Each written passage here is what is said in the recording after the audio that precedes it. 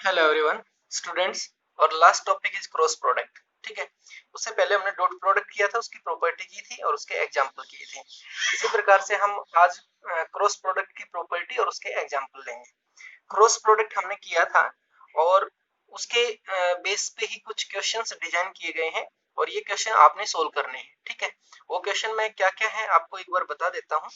ये show that vector A and vector B, दो vector हैं, वेक्टर ए और B are perpendicular to each other, और ये वेक्टर एक दूसरे के परपेंडिकुलर है, आपने ये शो करना है। ठीक है, ये शो कैसे होता है बच्चों, कि हमने पढ़ा है कि अगर ए डॉट बी, ठीक है, ए डॉट बी अगर कुछ मैग्नीट्यूड आता है तो इसका मतलब क्या है कि वो अलोंग है, और ए डॉट बी का मैग्नीट्यूड अगर जीरो आ जाता है तो इसका मतलब क्या है, वो परपेंडिकुलर है। तो आपने यहाँ पे खुद सोचना है कि हम यहाँ पे क्रॉस प्रोडक्ट का रूल लगा के देखें या फिर डॉट प्रोडक्ट का रूल लगा के देखें। ठीक है, नेक्स्ट क्वेश्चन है find the angle between two vector A and B. ठीक है, दो वेक्टर दिए हमारे पास, वेक्टर ए वेक्टर बी, और इन दोनों वेक्टर में क्या फाइंड आउट करना है, एंगल फाइंड आउट करना है।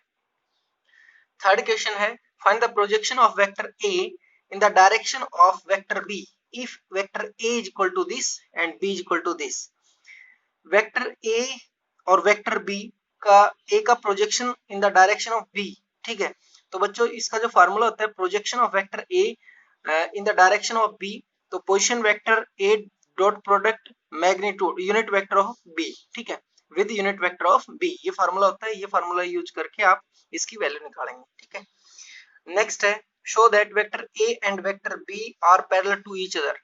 अब की बार फिर आपने ये वेक्टर इसके पैरेलल है तो देखना है पैरेलल का क्रॉस प्रोडक्ट जीरो आता है या फिर डॉट प्रोडक्ट जीरो आता है, आपने उसी बेस के ऊपर अपना क्वेश्चन तैयार करना है। ठीक है, नेक्स्ट है हमारा लास्ट क्वेश्चन।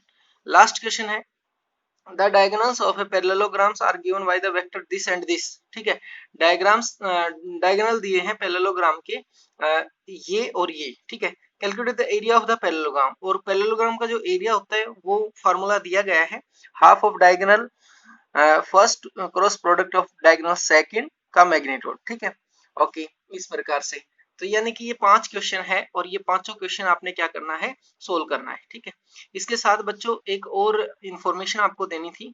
हर सैटरडे आपका जो भी टॉपिक कंप्लीट हो जाएगा उसका एक टेस्ट होगा।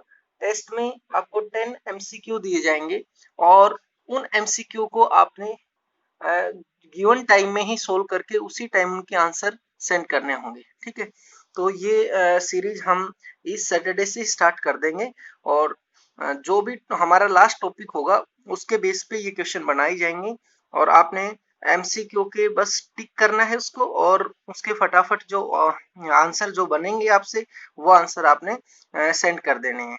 ओके, तो ये हमारा प्रोसेस अब कंटिन्यू रहेगा। आज जो है वो थ्योरेटिकल है, आपका सब्जेक्टिव पेपर है, ये आपने सोल्व करना है। लेकिन लास्ट टाइम अब जो आगे होगा नेक्स्ट टाइम जो भी एग्जाम होगा वो एमसीक्यू बेस होंगे, आपने सिर्फ उनको टिक करने हैं, सोल्व करके आपने उनकी सिर्फ आंसर हमें सबमिट करने हैं। आज वाले का आपने सॉल्यूशन भेजना है। ठीक है, और अब जो हमारा कुछ क्वेश्चंस इसकी एक आपको स्नैप भी इसका मिल जाएगा ताकि आपको वीडियो देखने की जरूरत ना पड़े सॉल्यूशन निकालते वक्त। आप उस पिक्चर से ही आप या फिर आप एक स्क्रीनशॉट ले सकते हैं इसका। नेक्स्ट है हमारा इसी में ही कि जो प्रॉपर्टी ऑफ क्रॉस प्रोडक्ट। ठीक है, जो हमने प्रॉपर्टी ऑफ डॉट प्रोडक्ट की थी बच्चों, उनसे थोड़ी क्रॉस प्रोडक्ट की प्रॉपर्टी डिफरेंट है। ठीक है, तो सबसे पहले अगर प्रॉपर्टी की बात की जाए तो अगर बात करें cross product two vector are anti commutative होता है। ठीक है, हमने डॉट प्रोडक्ट कम्यूटेटिव किया था और ये होता है एंटी कम्यूटेटिव। ठीक है, कि क्रॉस प्रोडक्ट क्या होता है, cross product of two vector क्या होता है, एंटी कम्यूटेटिव होता है। ठीक है, एंटी कम्यूटेटिव का मतलब क्या होता है बच्चों, कि ए क्रॉस बी, ठीक है, not is equal to B cross A. It means तो किसके इक्वल होता है, negative sign of B cross A, इस प्रकार से। तो यानी कि एंटी कम्यूटेटिव होता है। Next, cross product two vector are distributive. ठीक है, कि ये प्रॉपर्टी है कि डिस्ट्रीब्यूटिव होता है cross product of two vector. इसका मतलब क्या है, डिस्ट्रीब्यूटिव का मतलब डिस्ट्रीब्यूटिव, इसका मतलब है बच्चों ए क्रॉस बी प्लस सी अगर कोई वेक्टर है इस प्रकार से, तो इसका मतलब ये है कि ए क्रॉस बी है, ठीक है, और प्लस ए क्रॉस सी है, ए क्रॉस सी है, तो डिस्ट्रीब्यूटिव की प्रॉपर्टी होती है क्रॉस प्रोडक्ट में, ठीक है। और लास्ट है कि cross product of two vector are associative, ठीक है, क्या होता है, एसोसिएटिव भी होता है। तो थर्ड प्रॉपर्टी है एसोसिएटिव प्रॉपर्टी।